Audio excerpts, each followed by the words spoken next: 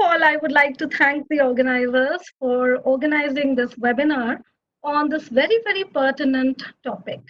And I would also like to add that I am an assistant professor in the psychology department of Srmu College, Delhi University. Okay, so as ma'am has introduced, I am quite passionate about positive psychology.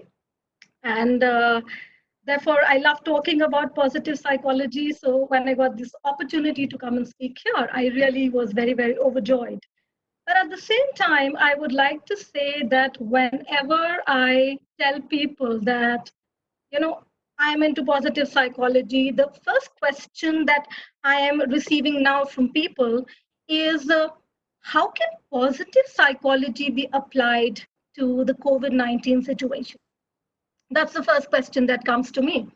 So I think that question is coming from a very flawed understanding of positive psychology, because positive psychology to a lot of people, it just means just being happy all the time, just being sunny and bright all the time. So I would like to first of all clarify that positive psychology is absolutely different, and we need to first understand what is positive psychology. First of all, as we all know, that the traditional notion of psychology talks about, it mainly focuses on disorders. It mainly focuses on the weaknesses in people, what we lack, what we don't have. But positive psychology is sort of like a reaction to the traditional notion of psychology.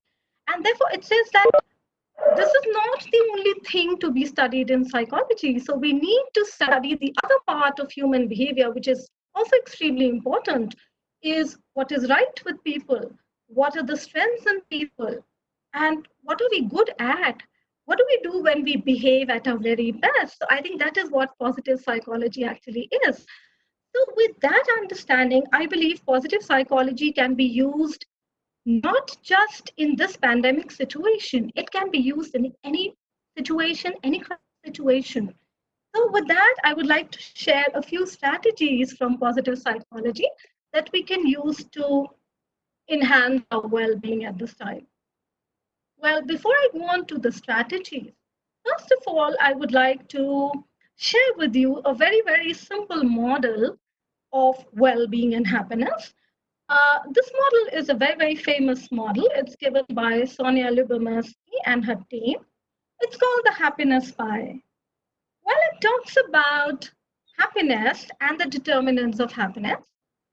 It talks about looking at happiness sort of like a pie and looking at the different components of happiness in terms of percentages. So, what does she have to say? She and her team have to say about the happiness pie.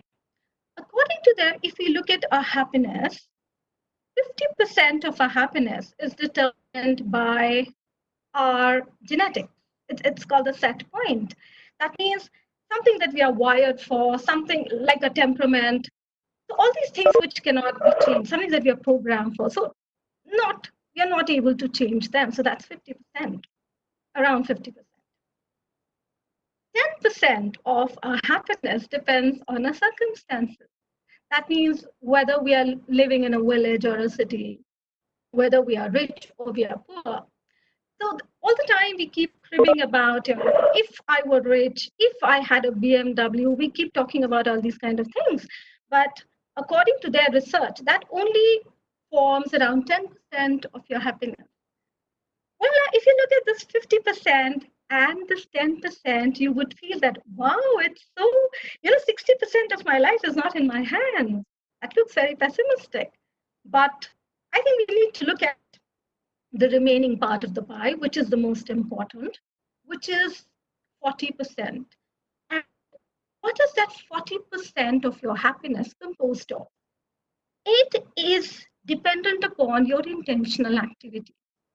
What you do in your time, how you utilize in your time, what all activities you undertake to enhance your well-being. And today my talk is going to focus on that 40%, because your power, our power, is in that 40% which is in our hands. So I'll be sharing a few strategies from positive psychology that we can use to deal particularly at this time with this pandemic situation. The first strategy that I would like to share is developing our strength. Well, if you see that in positive psychology, we talk about what is right with people. So you just need to identify, first of all, what are your strengths. And then you need to capitalize on your strengths. You need to exercise those strengths. For example, if humor is my strength, then I should try at least to be humorous twice in a day. And therefore, if I am humorous thrice in a day, if you look at a week, 21 times I've tried to be humorous. So I'm trying to exercise my strength of humor. So identifying your strength and then developing your strength. That's extremely important. So that's the first strategy. Uh, the second is self-regulation. I think this entire webinar is about emotion regulation and self-regulation. Self-regulation is trying to be disciplined, trying to have a routine. If you look at the major issue that people are having at this time, is they're not able to have a structured routine, and that is the cause for a lot of problems today. So first of all, you develop a new routine for this particular time period, and then try to follow that, be disciplined about it, but also try to focus on your emotions, try to manage your emotions, your anger, your anxiety, your stress. So that is very important. So that's the second one. Let's come to the third one, which is extremely important, which is love of learning. Now, if you see, a lot of the people are facing issues of boredom. They have nothing to do. They just don't know what to do because they are not able to go to the office. They're just sitting at home, and a lot of time is left. So they just don't know what to do with that. So, love of learning is all those things that you always wanted to learn in your life. Any hobby, any new skill, do that. This is your time. For example, you can just, if you always wanted to cook, then you can experiment. You can, experiment with new dishes with those limited ingredients at home. And personally, I also did that. So I think that's a very important strategy. You can also read. You can create something. So whatever, just try to learn something new at this time to make very, very positive use of this time. So that's the third strategy. The fourth strategy of flow is related to the love of learning. If you see, well, what is flow? Flow is basically a state in which you're so engaged, you're so engrossed in an activity that you totally forget the sense of time, you forget that you've eaten, you're so engaged in that activity. And studies show that if you experience a state of flow, frequently, it enhances your well-being. So I think we should try to deliberately undertake very, very interesting activities so that they enhance our state of flow. Next is really very important. It is relationships. Well, as you can see that a lot of the time, because of our busy schedules, we are not able to give time to our family. So I think if you look at the situation not in a negative way, if you look at just one positive thing from this situation, is that it is bringing our families closer. You have a lot of time. Just sit with your mom, sit with your dad, sit with your siblings, just talk to them, play games with them, watch movies with them.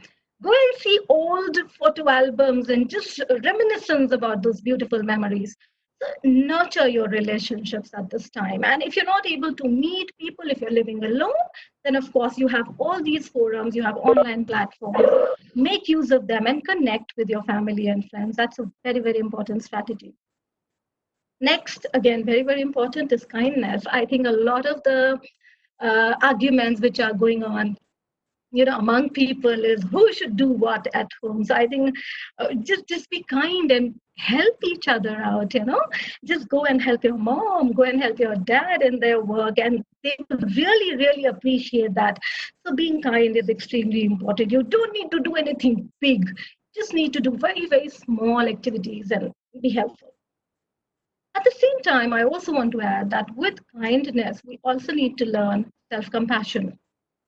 You're being kind to other people, yes, but you also need to be kind to your own self. A lot of the people I know who are sharing with me are saying, I am not being productive enough. I'm not able to write a research paper. I am not making good use of my time. just stop doing that to yourself. I mean, this is a very difficult situation for all of us. So even if you're able to manage through your day, manage through your life in a very okay kind of a way, that's absolutely fine. You don't need to beat yourself up.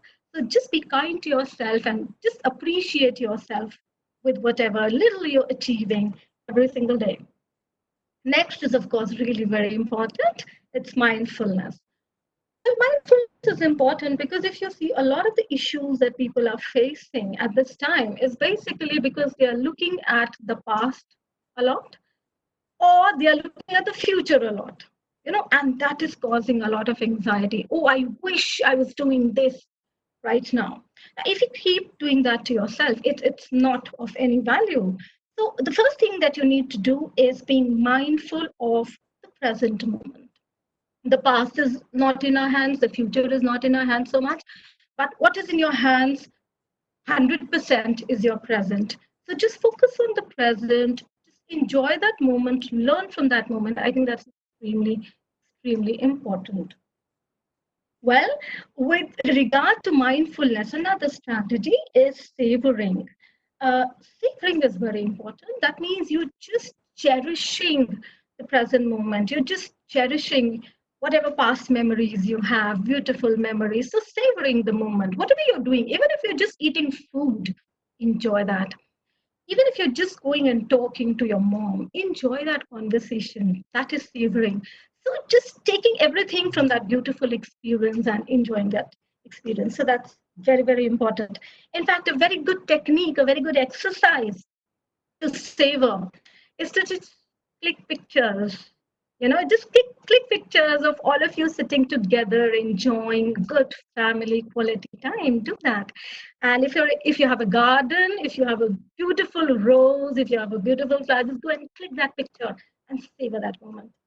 Savoring is extremely important. Next, again, I think a very important strategy at this time is gratitude. A lot of us a lot of the people at this time, they are feeling anxiety, they're feeling hopeless, is because they are looking at what they don't have, right? I wish I was going to the office. I wish I was presenting a paper at this conference, this, that, and the other. It's because we've stopped looking at what we have. So this is a very, very important attitude, I believe, to have an attitude of gratitude, that instead of looking at what you don't have, just look at what you have. And I'm sure if you look carefully, there are so many things that you can be grateful of, even in the worst of situations. So learn to appreciate things that you have right now and express gratitude. Count your blessings. A very simple exercise is that every day at night, what you can do is just look at the three things that are a blessing to you, and three things that were really, really important during that day, and you just express gratitude for them. Write a gratitude letter to your parents, to your friends, just post it somewhere, just send it to them through WhatsApp if your friends, you're not able to meet your friends. So all these little things. And I would also like to share that I did this exercise myself when the 21-day lockdown was announced. So I saw a lot of people cribbing and complaining, oh, I can't do this, I can't do that. So I told myself, I'm not going to complain at all. What I'm going to do, what I did was, I turned that 21-day, the first lockdown, the 21-day lockdown into a 21-day gratitude challenge. And every single day, what I did was I picked one thing from my life that I may not have appreciated enough and expressed gratitude for that through a Facebook post. I also went and told my husband, went and told my daughter, and sent messages to my parents, my siblings about all those beautiful things, all those beautiful moments we've had.